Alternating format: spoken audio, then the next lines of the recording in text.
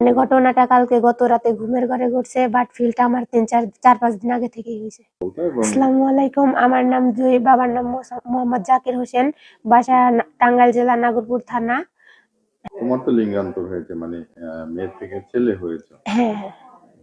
এই ঘটনাটা কবে কিভাবে ঘটছে? মানে ঘটনাটা কালকে গত রাতে ঘুমের ঘরে ঘটছে, বাট ফিলটা আমার 4-5 দিন আগে থেকেই হয়েছে।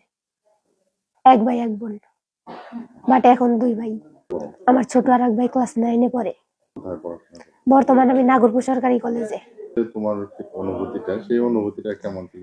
সর্বপ্রথম আমার অনুভূতিটা ছিল মানে ছেলেদের মতো ফিল হয়েছে, সবকিছু আমি বুঝতে পারছি। হ্যাঁ, ঘুম থেকে ওঠার পর আমি সবকিছু মানে বুঝতে পারছি বা দেখছি নিজে। পরিবর্তনটা নিজের চোখে দেখতে পেলে তখন তোমার কাছে কেমন লেগেছিল? তখন আমার অনুভূতিটা ছিল আল্লাহ সবই পারে ইচ্ছা করলে, বাট এটা আমি নিজের চোখেও দেখলাম, বাট নিজের দিয়েও দেখলাম। তুমি কি কোনোভাবে ভীত সন্ত্রস্ত বা তোমার মন খারাপ বা কোনো? না, মন খারাপ নাই, বাট আল্লাহ যেহেতু খুশি হয়ে দিছে, তাহলে আমার পরিবারও খুশি, আমিও খুশি। এই বিষয়টা কনফার্ম হওয়ার জন্য কি তোমরা ডাক্তারের কাছে গেছো বা প্রথম কাকে বলেছিলে?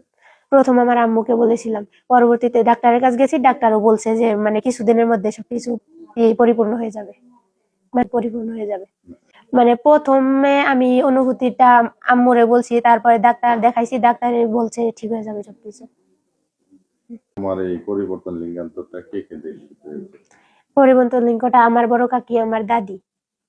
কাল ঘুমের ঘরে এরকম পরিবর্তন অনুভব করছো, প্রথম কাকে বলছো, তারপর কি ওনারা কিভাবে পরীক্ষা নিরীক্ষা করেছে?